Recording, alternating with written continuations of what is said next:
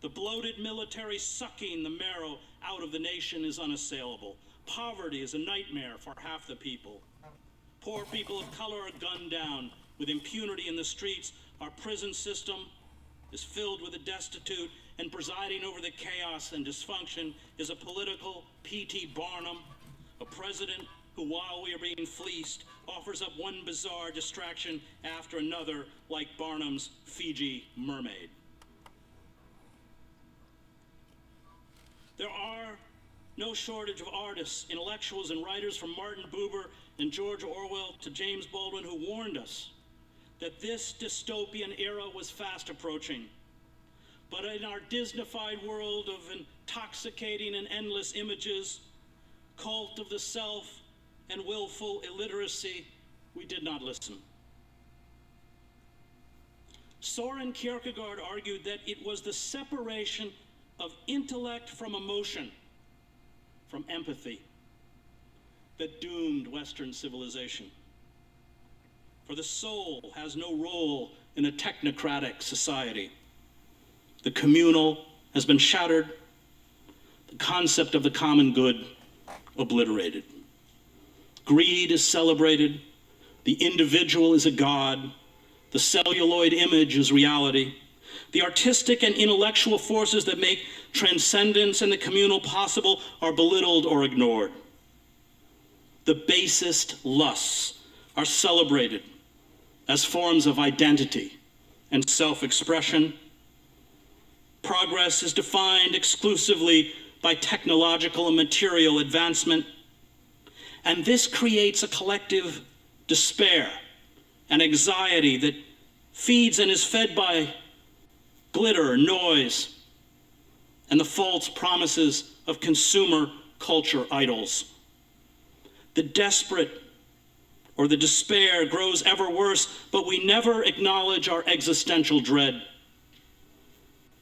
As Kierkegaard understood, the specific character of despair is precisely this: it is unaware of being despair.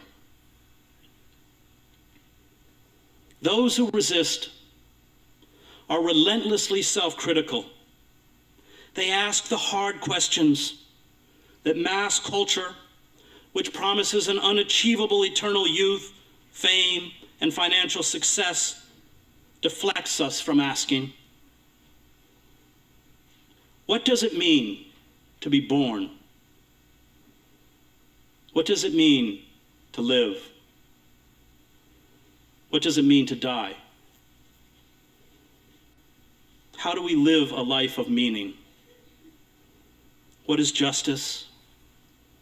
What is truth? What is beauty?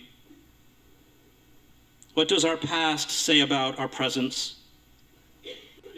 How do we defy radical evil? We are in the grip of what Kierkegaard called sickness unto death, the numbing of the soul by despair that leads to moral and physical debasement. Those who are ruled by rational abstractions and an aloof intellectualism, Kierkegaard argued, are as depraved as those who succumb to hedonism, cravings for power, violence, and predatory sexuality. We achieve salvation when we accept the impediments of the body and the soul, the limitations of being human. Yet despite these limitations, seek to do good. This burning honesty, which means we always exist on the cusp of despair, leaves us, in Kierkegaard's words, in fear and trembling. We struggle not to be brutes while acknowledging we can never be angels. We must act and then ask for forgiveness. We must be able to see our face in the face of the oppressor. Paul Tillich did not use the word sin to mean an act of immorality.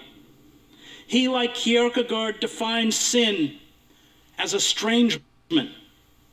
For Tillich, it was our deepest existential dilemma. Sin was our separation from the forces that give us ultimate meaning and purpose in life. This separation fosters alienation, anxiety, meaningless, and despair that are preyed upon by mass culture. As long as we fold ourselves inward, embrace a perverted hyper-individualism that is defined by selfishness and narcissism, we will never overcome this estrangement.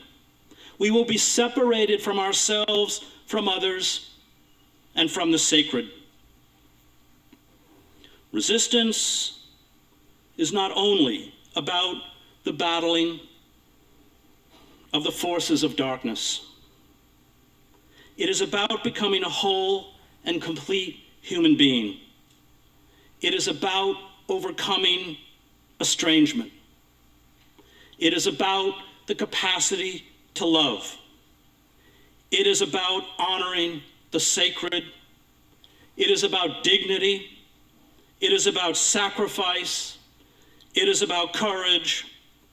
And it is about being free. Resistance to radical evil is the pinnacle of human existence.